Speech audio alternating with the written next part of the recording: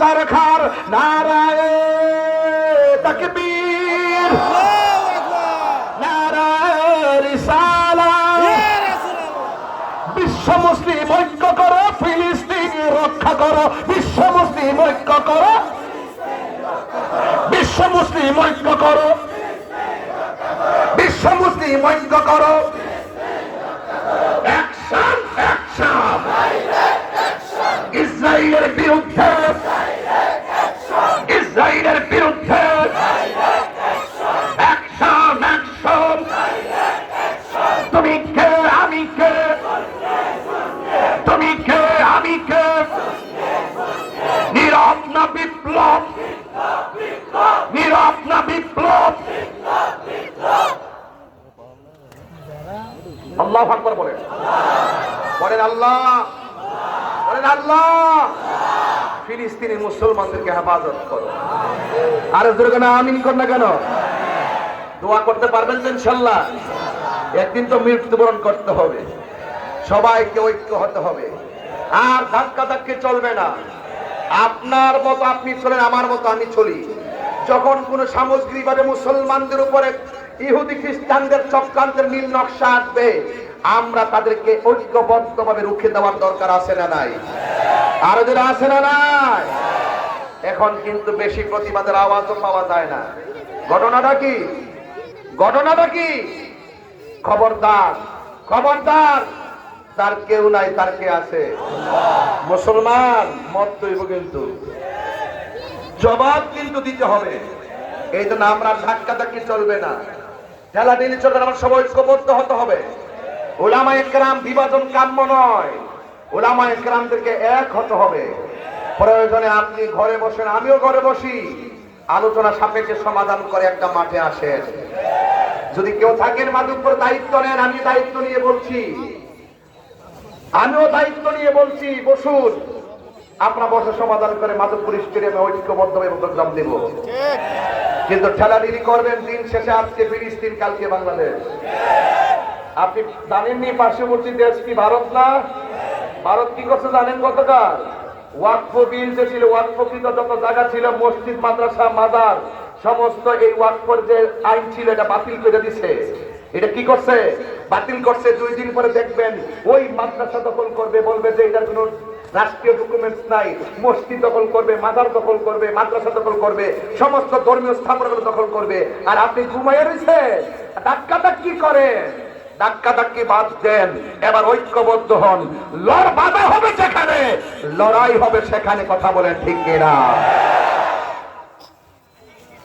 আজকে বেশি সিলেটাছি, আপনি বিরক্তি হন আপনারা। আমি ঠান্ডা কথা বলতে পারি না, এটা আমার জন্মগত অভ্যাস। আমি বলি ছোটবেলা থাকতে বলে হাত চলার আমার সিলেটাম বেশি। কথা কন ঠিক না বেটি? আর একবার আমি মরে গেছি, ঘরে বলে মরে গেছে, চিল্লাচিল্লি করছে। ছোটবেলা বয়স 40 দিন না কই দিন। এরপরে মামু বলে লয়ে গেছে, ডাক্তার কাছে গেছে, পড়তে বলে হেক্কেট একটা সিল্লি দিছি, কখনো চিল্লানিতে আসি। একদিন কিন্তু দম বন্ধ হয়ে যাবো। কথা কন ঠিক না বেটি? তবে দম বন্ধ হওয়ার আগে রসুল্লাহর সাথে প্রেমের কানেকশন দরকার আছে না নাই? মামুদপুরে বেড়াইতে আজকে দেখতে মনে হইতেছে আমি 12 বছরের জোয়ান হয়ে গেছি। কারণ কি জানেননি? কারণ মর্নিং সূর্য দেখলে বোঝা যায় দিনটা কেমন যাইবে। এত বড় রৌদ্রের মধ্যে যারা কাম কাজ ফালায় আইসা বইয়া বইয়া হাসি মুখে ওয়াজ শুনে, এরা হইল সমাজের গর্বিত সন্তান। কথা কন ঠিক না?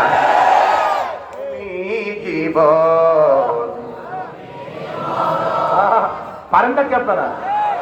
এটা এটা কার হাতের লেখা? আমারও মাশাআল্লাহ, ওই একবার তাহিরি হাতের লেখা। আরে বুলামান সবাই কন, তুমি জীবন, তুমি মরণ, তুমি আপন, তুমি জীবন। আধার ঘরে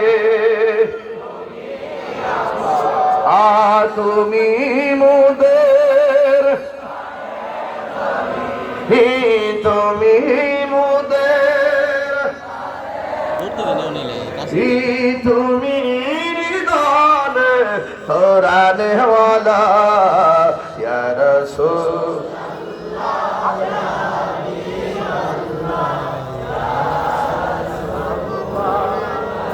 বিবাল্লাহ ইয়া রাসূলুল্লাহ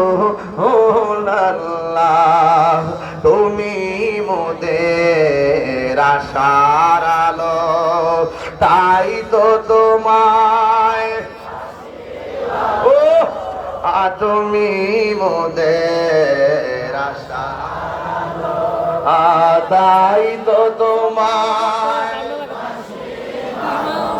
আর হৃদয় নামে ফুলদানিতে হৃদয় গেছে গেছি প্রেমের মালা ইয়া রাসূলুল্লাহ লা ইয়া রাসূলুল্লাহ বিবাল্লাহ ইয়া রাসূলুল্লাহ একটা জবান বন্ধ রাখবেন না। আমি বলছিলাম হায়াতের মালিক কে? কবরবাসীর জন্য আজকে চোখের পানি ফালাইয়া দোয়ার দরকার আছে না নাই? আমার নবী আপনার নবী রহমাতুল লিল আলামিন বলেন, জীবন্ত বকরি গায়ে থেকে চামড়া তুললে যেমন কষ্ট হয় এর চাইতে বেশি কষ্ট হবে রুহটা বের করার সময়। হাড্ডিগুলা খুলে যাবে, পাতার শরীরের রক্তগুলো পানি পানি হয়ে যাবে। আজরাইলে ঘরের দরজার মধ্যে আসবে, আয়েশা বলবে আল্লাহ রাব্বুল আলামিনের পক্ষ থেকে এলান হয়ে গেছে, আপনার রুহটা এখন নেওয়া হবে। বেঈমানরা বলবে আমার এখন রুহ নিও না, আমার অনেক কাজ বাকি আছে। আল্লাহ বলবে ইন্নাকা লা তুখলিফুল মিয়াদ, নিশ্চয়ই আল্লাহ রাব্বুল আলামিন ওয়াদা ভঙ্গ করে না। ওই আজরাইল ডাক দিয়া বলবে আল্লাহ বলেছেন রুহ নেওয়ার জন্য রুহ নিয়ে যাব, কিছু করার নাই। কিন্তু ইমানদার যদি আপনি হবেন, ও যুবকের দল, আপনার ঘরের দরজায় আজরাইলে আসবে, আয়েশা আপনার সালাম দিব। আজরাইলের সালাম আমরা চাই কি চাই না? ওই যে আজরাইলের সালাম দিলে এটাকে সৌভাগ্যের লক্ষণ না দুর্ভাগ্যের লক্ষণ? আজরাইলের সালাম দিয়া কইব ও আল্লাহর বান্দা আপনি প্রস্তুত নি, আপনার রূহটা এখন নিয়ে যাবো। ইমানদারে মাহমুদ দূরে শুয়া শুয়া কইব আজরাইল দেরি কইরো না রে আজরাইল, এই দুনিয়া আমার ভালো লাগে না। ইমানদাররা মনে করে দুনিয়াটা হলো জেলখানা, আখিরাতটা হলো বালাখানা। ইমানদার ডাক দিয়ে বললে ও আজরাইল তাড়াতাড়ি রূহটা লইয়া যাও, আমি আমার রবের সঙ্গে আর আমার জানের জান ইমানের ইমান আমার নবীর সঙ্গে দিদারের জন্য মনটা উতাল পাতাল হইয়া রইছে। এবার আজরাইল তাকারে দিকে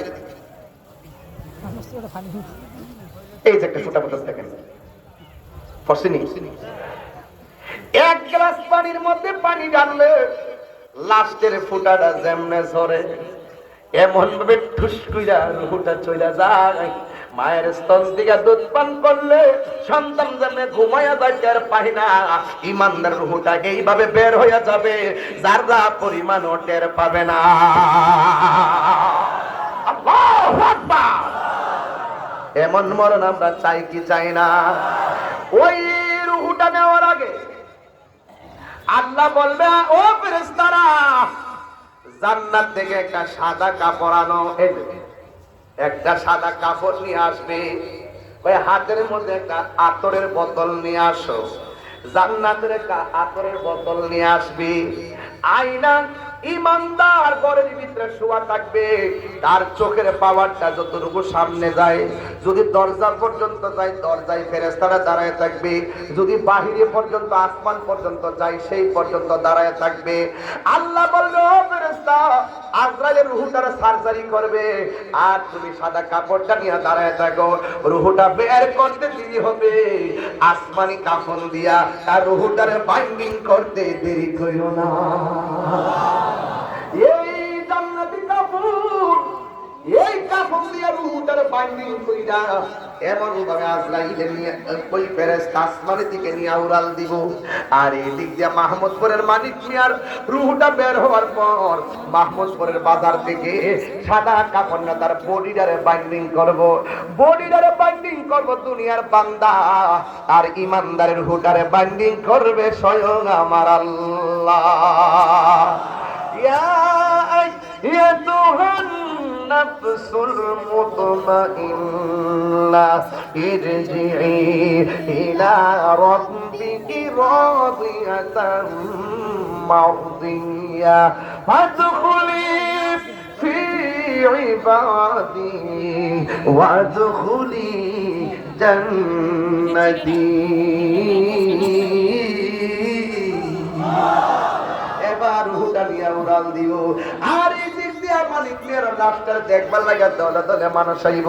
আর এই দিক দিয়ে মানিক মিয়া যদি মুমিন হয় রূহটারে সালাম দেওয়ার জন্য আসমানি ফেরেশতারা লাইন ধরে দাঁড়ায়া যাইব। ওই দিক দিয়ে ইমানদার রূহ দেখার জন্য লাইন ধরছে, আর এই দিক দিয়ে ইমানদার মানিক মিয়ার দেখবার লাগা লাইন ধরছে। আর মানুষ যায় বাজার থেকে কাফন আনছে, আইনা সুন্দর করে কাফন কাটছে। ও বন্ধু, আমরা এমন মুসলমান, যদি জিজ্ঞাসা করি কাফনটা কাটটা দেন আমরা পারি না, যদি বলি লাশটারে গোসল করা দেন আমরা পারি না। এ মুসলমান, সবাই শিখা লাগবে। একটা মানুষ মারা গেলে 10 বাড়ি খুঁজছে একটা মুরব্বীরে ডাইকে আনন লাগে, কাফনটা কাটবার লাগে। কথা কোন ঠিক কিনা কোন? এটা বড় আমাদের জন্য দুর্ভাগ্য। বন্ধুরে আমার ও মাহমুদপুরের বাবা, এবার লাশটার দাফন করার আগে গোসল দেওয়ার জন্য বড়ই পাতার গরম জলের ব্যবস্থা আছে না নাই? আপনার দাদা যদি কবরে যায় থাকে, দাদার সময় বড়ই পাতার গরম জল হয় কি হয় নাই? তাহলে ওই আনুষ্ঠানিকতা আপনারটা বাকি আছে না নাই? আপনার দাদা মারা যাওয়ার সময় মসজিদ থেকে খাট আনছে, অথচ আপনি বেঁচে আছেন, আপনার জন্য ওই আনুষ্ঠানিকতা রেডি আছে না নাই?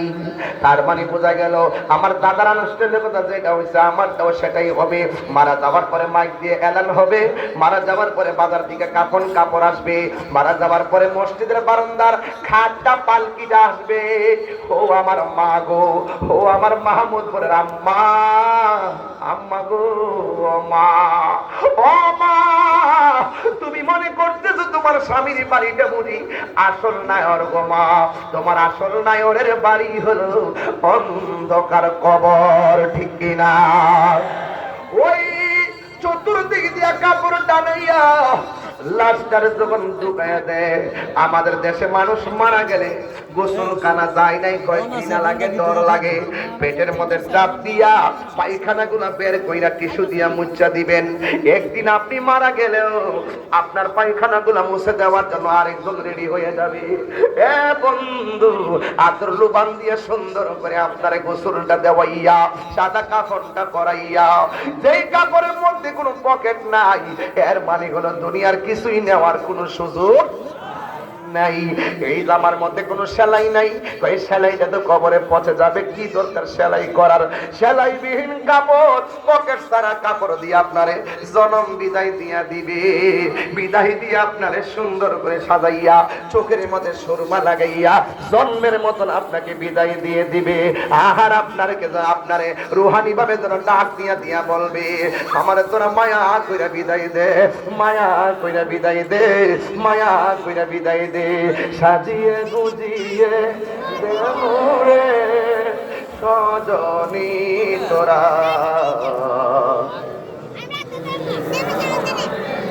সাজিয়ে গুজিয়ে সজনী তোরা, সাজিয়ে গুজিয়ে দে মোরে বড়ে পাতার গরম জলে শুয়ায়া মশারির তলে, বড়ে পাতার গরম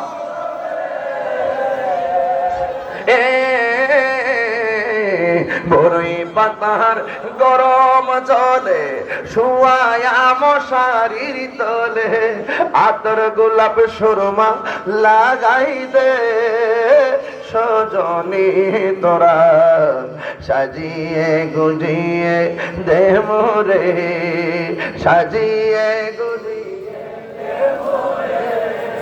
সজনী তোরা সাজিয়ে গুজিয়ে দে মোরে এত রঙিন এত কাপড়। কিরে ভাই, এ আব্বা সাদা কাপড় দিলে মায়া লাগে নিও। এত রঙিন এত কাপড় কিছুই ভালো লাগে না মোর। এত রঙিন এত কাপড়, এত রঙিন এত কাপড় কিছুই ভালো লাগে না মোর। সাদা কাফন আমায় পরাই দে সজনী তোরা সাজিয়ে গুজিয়ে দে মোরে সাজিয়ে গুজিয়ে সজনী তোরা সাজিয়ে গুজিয়ে দে মোরে। এই গজলের বইটা নিয়ে যাবেন, আপনারা আম্মানে নিয়ে দিবেন 50 টাকা দিয়ে। আমার এক মুরিদি নিয়ে আইছে, একটু খেদমত করে আর কি আপনাদের খেদমতে, একটু কন্যা কণ্ঠটা মিলাইয়া এ বাবা সাজিয়ে গুজিয়ে সজনী তোরা সাজিয়ে গুজিয়ে দে মোরে। জুরি জুরি কি আল্লাহু আকবার বলা যাবে না? ও আব্বা কষ্ট নিয়েন না, যারা মরণের ঘাটে গেছে তারা জানে ঘাটটা কেমন। কথা কি সঠিক? কথা কি সঠিক? যারা কবরে গেছে তারা জানে কবরটা কেমন। এই জন্য আমি বলছি ওই রূহটারে নিয়ে প্রথম আকাশে যাই। প্রথম আকাশে যাওয়ার পরে ফেরেশতারা ডাক দিয়ে কয়, ও জান্নাতের ফেরেশতা, তুমি যাওয়ার সময় তো গ্রান দেখি নাই, হঠাৎ করে তোমার মাঝে কেন মেশকে হাম্বরের গ্রান করতেছে? কই তুমি জানো না এই কাপড়ের ভিতরে একটা এমক গ্রামের এমক ইমানদারের রূহ আছে। ইমানদারের কথা যখন শুনবে আসমানে ফেরেশতারা ইমানদার সালাম দিব। প্রথম আকাশে যাওয়ার পরও সালাম, দ্বিতীয় আকাশে গেলেও সালাম, তৃতীয় আকাশে গেলেও সালাম, চতুর্থ আসমানে গেলেও সালাম, পঞ্চম আসমানে গেলেও সালাম, ষষ্ঠ আসমানে গেলেও সালাম, সপ্তম আকাশে গেলেও সালাম। আল্লাযী খালাকাকা সাবআ সামাওয়াতিন তিবাকা। এই 7টা আসমান কিন্তু একটার সাথে একটা লাগানো না। একটা আসমান থেকে আর একটা আসমানের দূরত্ব 500 বছরের রাস্তা। ওই ফেরেশতাগুলো যখন সালাম দিব রে বাবা, ওই মুহূর্তে এবার সপ্তম আসমানে যাওয়ার পরে আল্লাহ বলবেন, ফেরেশতা রে আর সামনে যাইস না, দাঁড়ায় যা। এই ইমানদার রূহটারে রাখার জন্য আমি আল্লাহ একটা বাড়ি বানাইছি। আর জোরে কোন আল্লাহু আকবার। আমি আল্লাহ একটা বাড়ি বানাইছি। ওই কোরআনের মধ্যে খুলনা দেখেন, ওই বাড়ির নাম হলো ইল্লিন। ওই বাড়ির মধ্যে রাখবো আর মাহমুদপুরে মানিক মিয়ার বডিটার মধ্যে দুনিয়ার কাপড় ফেসাইয়া কাঠের মধ্যে শোয়াইয়া জানাজার ময়দানের মধ্যে নিয়ে যাবে। ওই জানাজার ময়দানে নেওয়ার পর সবাই লাইন ধরে দাঁড়ায় দাঁড়ায় কি বলবে? সম্মানিত মুসল্লিয়ানে কেরাম, উপস্থিত মাইয়েত আমার ভাই লাগে, দীর্ঘদিন আপনাদের সাথে চলাফেরা করছে। যদি কোনো ভুল বিয়াদবি কইরা থাকে আল্লাহর রাস্তে মাফ করে দিবেন। আর যদি কোনো পাওনা দাওনা থাকেন আমরা আছি, আমরা কাছে কইবেন, ইনশাআল্লাহ দিয়া দিমু। আপনাদের কাছে যদি কোনো উনি পাওনা দাওনা থাকে আপনারা দয়া করে স্মরণ করে দিয়া দিবেন। আর জানাজা যারা দূর দূরান্ত থেকে আইছেন, এমক মিয়ার বাড়িতে আপনাদের চাইলে ডাইল ভাতের আয়োজন করছে, চাইলে খায়া যায়।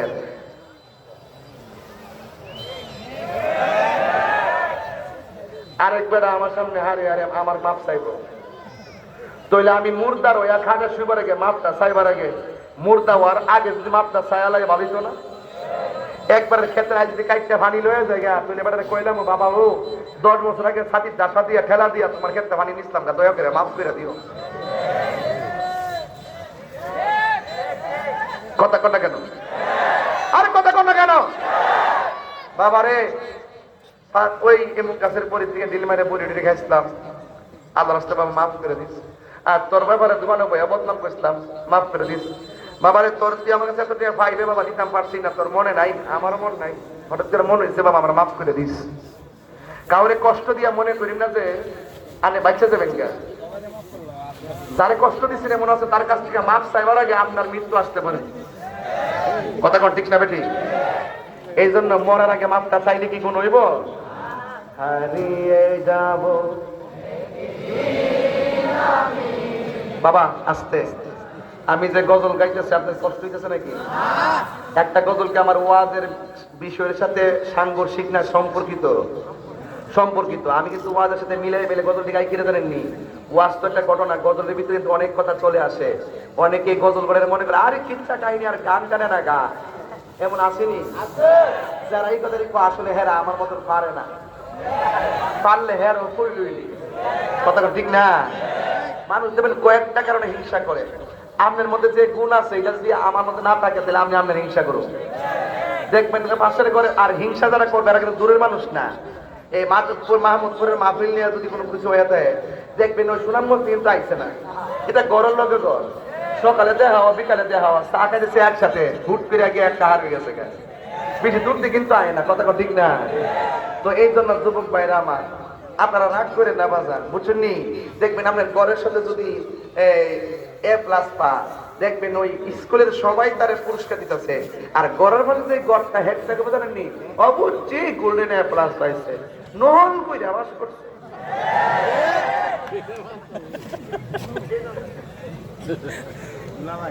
তাই কি তা জানে এর ওয়াজ জানে, গান গান নাচানাচি করে।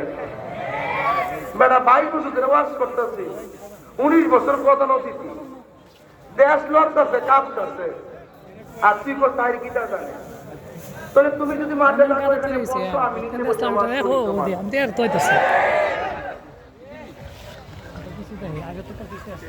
3 লক্ষ টাকা খরচ করলো ঠিক এই 4-11 মিনিটে, এত লোক সহজ আনা সম্ভব না। আর আপনারা জানেন গাড়ি ভাড়া দিয়ে আনছে, তো বুঝতে হবে কিছু একটা খেলা আছে। এই খেলাটা খেলতে দেন, খেলা ঢিলি করেন না। খেলা ঢিলি ভালো মসজিদে লেখার না, দৈতার লেখার না। তাহলে মরার আগে মাছ চাইলেন, যে দিলে করছে মাছ চাইলেন, হারিয়ে যাব রবনায় ভুবন, দিন বলো হারিয়ে যাব হে রবনায় ভুবন চিরদিন। ক্ষমা করে দিও তোমরা আমায়, বলো তোমরা আমায়, ভুল করে থাকি যদি কোনো দিন, হারিয়ে যাব রবনায়। একটু বাপ মার চেহারা খেয়াল করে কন, পাশে বাগানে বা গোরস্থানে হয়তো দিবে তোমরা আমায় যাবে ভুলে, রাখবে না জানি কোনো খবর। বাসে বাগানে বা গোরস্থানে হয়তো দিবে মুরে কবর, তোমরা আমায় যাবে ভুলে, রাখবে না জানি কোনো খবর। পড়বে কি মনে আমার কথা, ফেলবে কি অস্ত্র কোনো দিন, বলুন হারিয়ে যা রবনায় ভুবন চিরদিন, বলো হারিয়ে যাব আর রবনায় ভুবন চিরদিন। লাইনে লাইনে দাঁড়াইবনি, জানাজার মাঠে গেলে দেখবেন মানুষের কত ব্যস্ত। 4টার সময় পয়সা নিয়ে 4:03 বাজে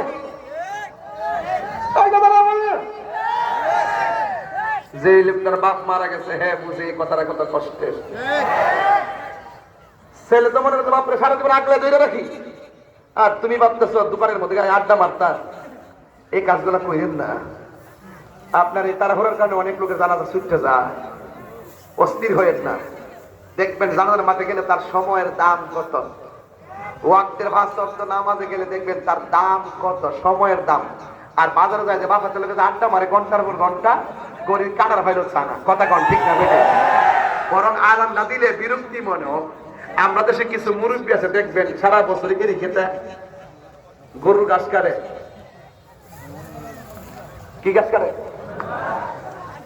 আসর আজানটা যখন দেখ কোমর থেকে গামছাটা খুলতে ছায়া গড়ের পানি দিয়া উজু কইরা আসরের নামাজটা লাইটের মতো হয়ে যা। সারা জীবন দেখছি একদম কাইল্লা গরমে রোদ্রে কাইল্লা। লোকটা যখন মারা যা তখন তার চেহারা নূরে জল জল করে। কিছু কিছু মুরব্বী দেখবেন যখন মসজিদে আজান হয় আসরা তো খাইরু মিনার নামটা কইলই আস্তে আস্তে করে উইটা পুষ্করি তলার যায়া উজুটা কইরা শীতের দিন কাম ছাড়া সইয়া একটা শাল দিব, পুরান শাল দিয়ে মুরব্বীতে শাল দিয়া লুঙ্গিটা সমান করে ভিতর একটা উপরটা থাকে উসানাসা কইরা গায়া এমনি দিরা করতে বাইরে জায়গা চাষি দিঘা আজান হানি দিয়েছে। আর আধা ঘন্টা পরে না জামা দিত ওহন যে কিতা করবেন পরে মুরব্বী আর কথা কইও না উইটা তাহলে কিতা লাভ হইব, মসজিদে বইয়া থাকলে লাভ আছে। আল্লাহর হাবিব বলেন হাসরের মাঠে 7 প্রকার মানুষকে আল্লাহ আরশে আজিমের নিচে ছায়া দিব। এর মধ্যে এক প্রকার হলো যেই মানুষটার মন মসজিদে পড়ে থাকে। আর আপনি মসজিদে এখন 1 মিনিট আগে কিন্তু মুয়াজ্জিন দেখুন মুয়াজ্জিন এত কাজ দেয় না, কেউ নাই পিছনে। আবার কি তা করেন ওই বইটুকা যাই যখন আশহাদু আল্লা ইলাহা ইল্লাল্লাহ ওয়া আশহাদু আন্না মুহাম্মাদান রাসূলুল্লাহ অর্ধেক পড়ার পরে আপনি একটা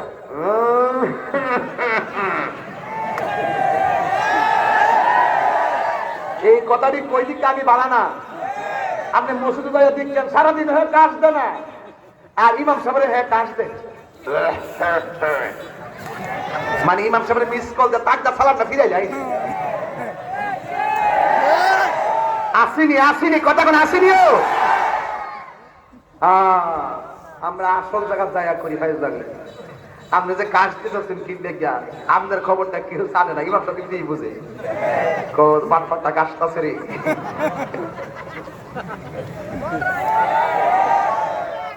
নামাজকে বলো না কাজ আছে, কাজকে বলো। খারাপ লাগতেছে?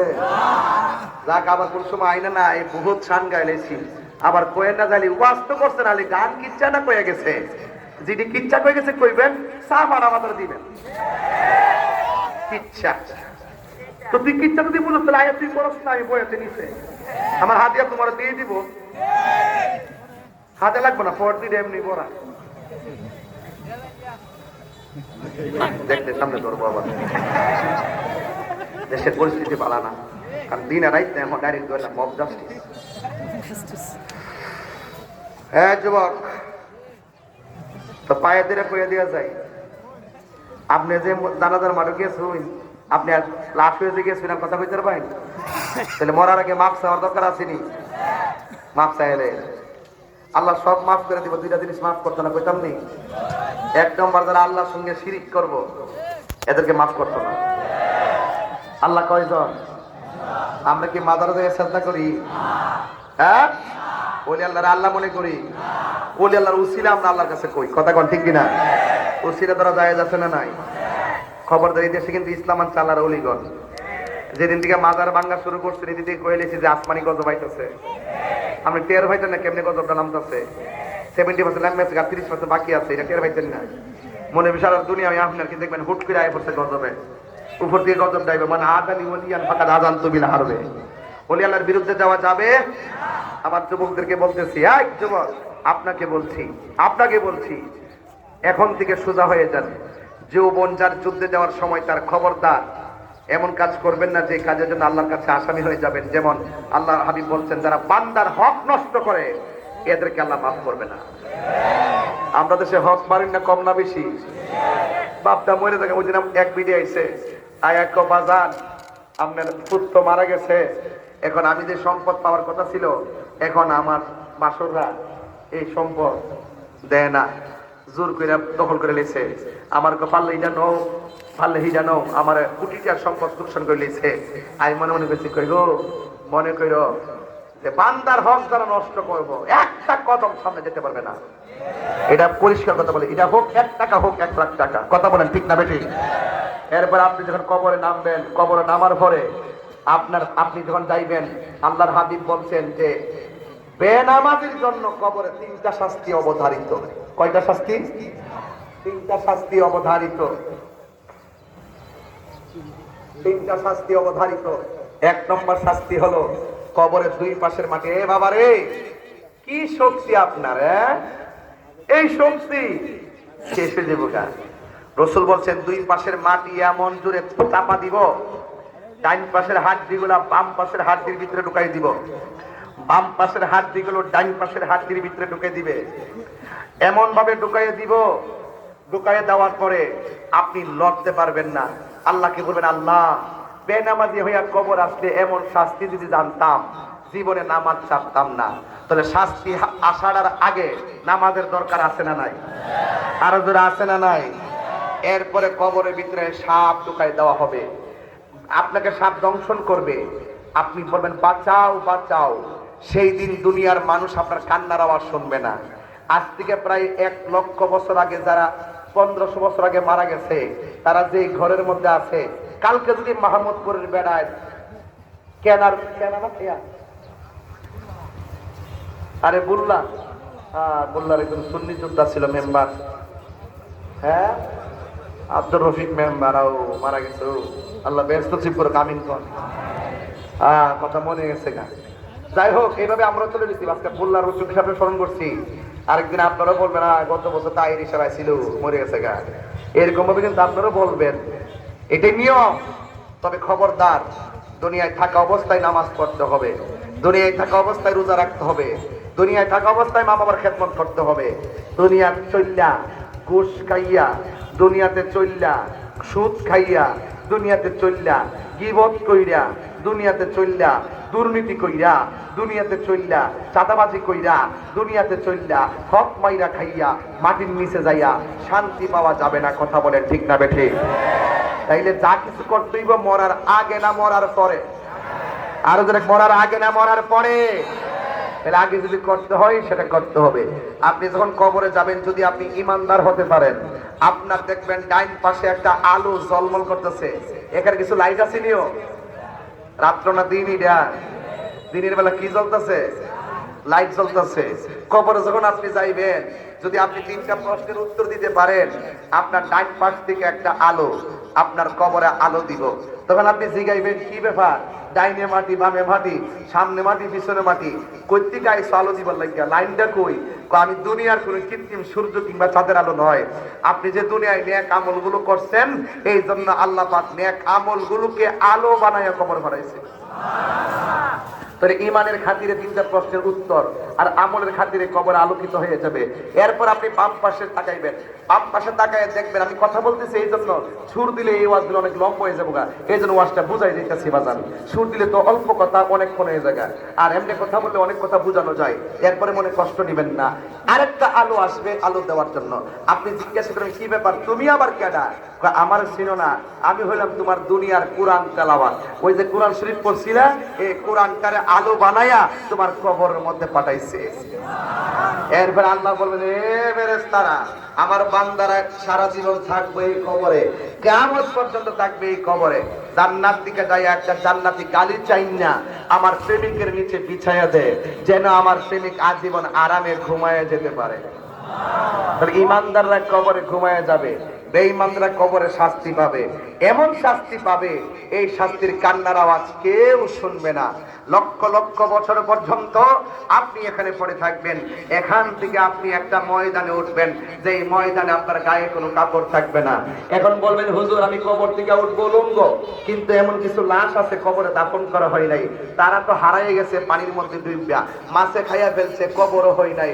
এদের কি প্রশ্ন হয়েছে? এদের কি সওয়াল জবাব হয়েছে? হ্যাঁ হয়েছে। পানির মধ্যে যদি তার লাশ বিলুপ্তি হয়ে যায় সেটাই হলো তার কবর। এই মাহমুদপুরের কবর থেকে মানুষ যেমন উঠে যাবে, পানির মধ্যে বিলুপ্তি হওয়া মানুষগুলো পানি থেকে চলে আসবে, একটা মাঠে যায় একত্রিত হবে, সেই মাঠটা হবে তামার মাঠ। মাথায় থাকবে সূর্য, এই সূর্য আপনার মাথার মগজের মধ্যে তাপ দিবে, তাপ দেওয়ার পরে বাতের মার যেমন করে টকবক করে ছিটে ছিটে পড়ে, ঠিক এমন ভাবে আপনার মাথার মগজগুলো ছিটে ছিটে পড়বে। কিন্তু সেই দিন আপনার কোনো উপায় থাকবে না। সেই দিন আল্লাহ রাব্বুল আলামিনের হাবিব বলতেছেন, সেই দিন আল্লাহ রাব্বুল আলামিন 7 প্রকারের মানুষকে আরশের নিচে ছায়া দিবে। সুবহানাল্লাহ কই না রে? 1 নম্বর হলো ন্যায় বিচারক। আমরা দেশে কি ন্যায় বিচারক আছে? আছে, না থাকলে চলে কেমনে?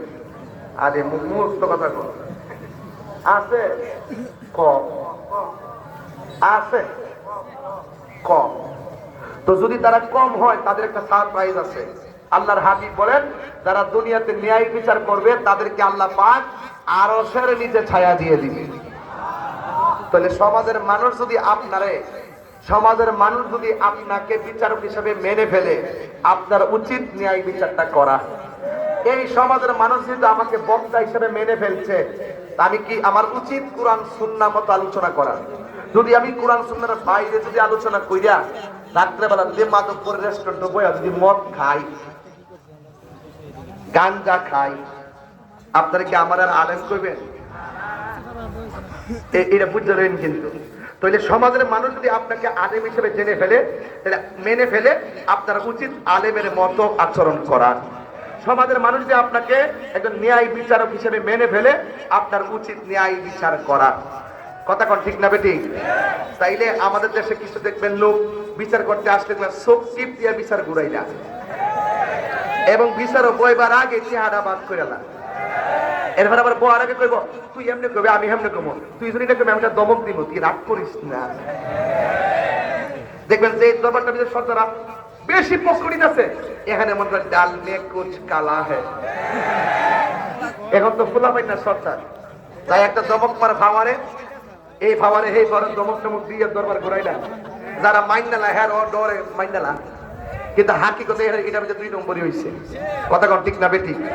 এই 2 নম্বরই করলে শেষ। আগে এখন কিছু মাস্টার পাস আছে, বিচার করতে না, বড় বড় শিক্ষিত বড় বড় নেতা, এইভাবে দেখবো ঠ্যাং কাউরি দেখো কি হয়েছে, 2 দিন বড় বড় কি দাঁড়াইছ, 2 দিন বড় বড়, হ্যাঁ কি দিছে এটা ওর কি শেষ করবি নি? শেষ করলে ওর কর, যা কোলা করি কর, ঠিক আছে? আর দরকার করিস না, আর দরকার করলে আমরা ভাইতে না। এই স্টাইলে সতর্কতা আছে, ডাল মে কুছ কালা হ্যায়। যেমন একবারের ক্ষেত্রে দান খাইছে গরু, কেনা খাইছে, বিচার করতে আইছে, ফুলাবেন না বিচার, তোর গরুটা গেছে কি লিগা, তোর গরুটা গেছে কি লিগা, খাইছে কি লিগা, এর বেটা 10 মণ দাম হইলে তোর জরিমানা দম লাগবো। কমন 1 মোড়া দানা গুলো খাইছে না, কারণ ডাল মে কুছ। আচ্ছা, আর যখন আগের মুরব্বীরা বিচার করতো এমনি বইতো, এমনি খিতাও না ভাইয়া ক বাজান, ওই গরুরা এসে আমরা ধান খাই নিছে, তো আমার তো অনেক ধান খাইছে, হয় এটা তো একটা কতই, তোমার ক্ষেতের ধান খাইছে জানো, এমনি বসে এমনি বসে লাঠিটা বড় দিয়ে, তোমার ক্ষেতের ধান খাইছে, হ আও মিয়া গরু বাইন্দা রাখো, তবে গরুটার তুমি এমন ভাই মারা ঠিক হয়েছে না, এটা আওয়াজ তো বুঝছে না আর কি, খাইলে চিকিৎসা করবা। যাক, তখন মনে করো তুমি যে গরুটারে মারছো এই মারাটা ঠিক হয়েছে না, তো ধান যুদ্ধ দিন খাইছে, তুমি যে মারছো মিলে জিলে কম কিতা কইবা, বেড়া কো আচ্ছা যাক আমি মারছি, এটা আমার ভুল হয়েছে, আর কিছু লাগতো না, বিচার পাইছি। মানে মুরব্বীরা শুনে বেশি, ছোট্ট করে কথা কর, ওই আস্তে গরুটা বাইন্দা রাখো, বেড়া তো কষ্ট করে ধান লাগাইছে, এমাতা কইছে গরুর মারা ঠিক হইছে না, আর এই দিতে কইছে গরুটারে বেটা কষ্ট করে খেতে লাগে, কোনো বাণিজ্য নাই, কোনো মাল খাওয়ার দান্দা নাই। কথা বুঝতে পারছে? আর এইবারে ভাই কইলিছে 10 মণ দান হইলে, হ্যাঁ 10 মণ, তুই কি তা মনে করো? এটার তো খাইছে, এটার তো খাইছে, এটির লেগে বেজাল আছে। বলছে যারা ন্যায় বিচার করবো, রাগ করছেন নাকি তা? এগুলো ঘুষখোর সর্দার।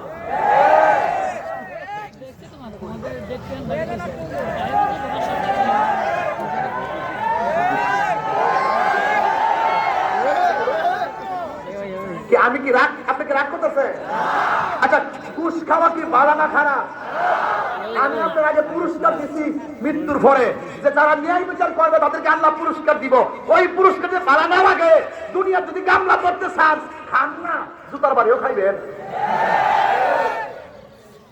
আর রাশি ওয়াল মুরতাশি কিলাহুমা ফিন্নার। যারা ঘুষ খাইব, যারা ঘুষ দিব, দুটোটাই জাহান্নামের আগুনে জ্বলব। সুদ খাওয়া কি হালাল না হারাম? এই হারামের মধ্যে আরাম। পাউডার ধরে কয়া যায় আজকা মাহমুদ করে ফোলাভান দরকার ওই সুটকির বর্তাতে ভাত খাবে ফোলাভান, কিন্তু সুদের টাকা দিয়া পোলাও কুরমা খাবো না, ঘুষের টাকা দিয়া পোলাও কুরমা খাবো না, দুর্নীতির টাকা দিয়া পোলাও কুরমা খাবো না। যে পোলাভান্ডি সুটকির বর্তা হিদুর উটকে দিয়া মারে, শীতের সুটকি দিয়া পেঁয়াজ দিয়ে আদা কাঁচা কইরা আছে, ফাড়ার মধ্যে ফালাই আছে, মটকা দিয়া আছে, জরা বানায়া ও দেখে লুল পড়তা। আরে বেটা এটা তো ঘরের খাওয়ানে না কইছি বেটা, এ জিপ বা ছোট ঘরাইতেছে। আল্লাহ তো আল্লাহ বাজা এই খেতে লাইনে যখন সিমের তরকারি, এটা যখন ট্যাংরা মাছ দিয়া শুটকি দিয়া যখন ফাড়াইতো টিফিন কারের বাড়ি দিয়া, ওই লাইনের মধ্যে পয়া খাউন ডাকি আছে হন আছে হন কখন তো বত্রিরে দিয়া নিজের স্বাদ শেষ। এখন নগদ কই কাজের ফুলার ভাড়াতে এই বাজারটা কইরা লইয়া বাজারের স্বাদও শেষ। কথা কোন ঠিক না বেটি? আগের মতন মজা আর নাই। আগে কি সুন্দর করে এই ফুলাবান 3 ভাই যদি থাকেন, অটো চালাইবেন, মুদি মালের দোকানে চাকরি করবেন, কাপড়ের দোকানে চাকরি করবেন, 3 ভাইয়ে মিললে 3 ঘন্টা 45,000 টাকা বেতন, 20,000 টাকা সাংসারিক খরচ, আর বাকি 25,000 টাকা রেখে দিবেন। কথা কোন ঠিক না বেটি? 45,000 3 কত কত, আর 25,000 টাকা রেখে দিবেন। রাজ্যা 5 বছর পর্যন্ত এই চাকরি চালাই দেবেন। 5 বছরে 45 মিলাইয়া মোটামুটি 3-4 লাখ টাকা যাওই হওয়ার পরে কি করবেন জানেননি? এই টাকা দিয়ে 3 ভাইয়ের থেকে 1 ভাইয়ের বিদেশ পাঠাইবেন, ঘাম ঝরানো হালাল টাকা দিয়ে বিদেশ পাঠাইবেন। দেখবেন এই টাকার মধ্যে বরকত হবে। আর আপনি যাবার সময় যখন সুদের টাকা লাগাইয়া আপনি বিদেশ যাবেন, চাকরিও পাবেন না, ওই দিক দিয়ে আপনি টেনশন থাকবেন, এই দিক দিয়ে পারিবারিক ভাবে সুদের টাকা লাভের টেনশন, দুইটা মিলে 2টা পরিবার শ্মশানে পরিণত হয়।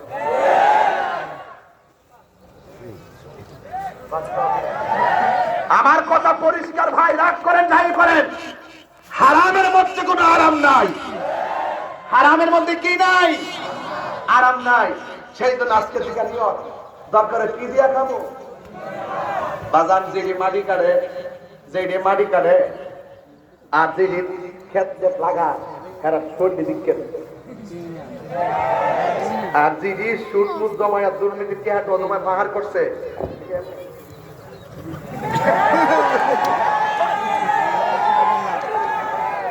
কিরে জানি হের পার সব জঙ্কার পরে গেছে। কথা কোন ঠিক কিনা? খবরদার, হারাম খাওয়া যাবে না। হারাম খাইবেন, হাসর মাঠে ধরা খাবেন। রাসূল বলছেন আরেক প্রকারের মানুষকে আল্লাহ পাক আর স্বাধীনের ছায়া দিবে। এই মাহফিলটার মূল নায়ক কেনা ও কই আছে? কাদু করে দেবে।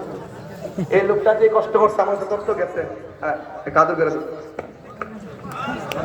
আর চিনি তো, পুস্তর করছি তো, হ্যাঁ এইবারে কষ্ট করছে। আমার কাছে খবর গেছে, আমার কাছে খবর গেছে, ঠিক নেই। তবে মাহফিলটাতে আপনারা যে ওয়াজ শুনতেছেন, সত্যি করে কইবেন, মরলে মারি নিতে যাবেন। আমি শুরু থেকে এই পর্যন্ত কি গল্প করছি? প্রত্যেকটা কথা আপনার আমার মঙ্গলের জন্য বলছি না, অমঙ্গলের জন্য।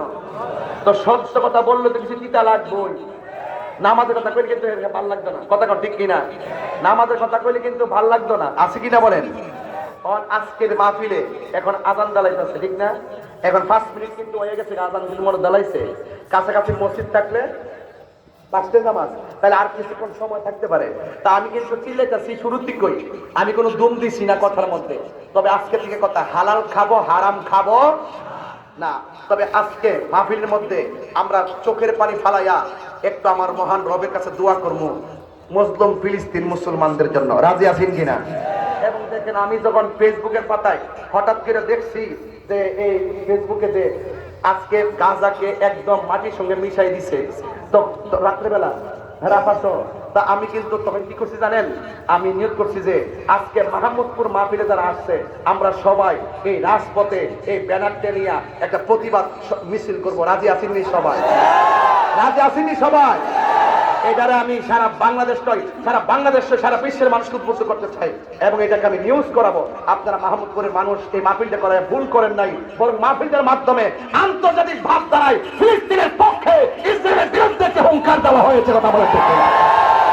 সবাই থাকবেন ইনশাল্লাহ? থাকবেন ইনশাল্লাহ? নারায়ে তাকবীর, নারায়ে রিসালাত। আল্লাহ যেন কবুল করে, আমিন কোন।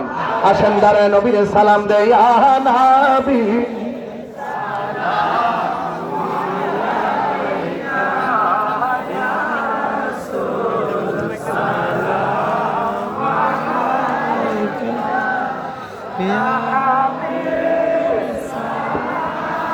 মালাইকা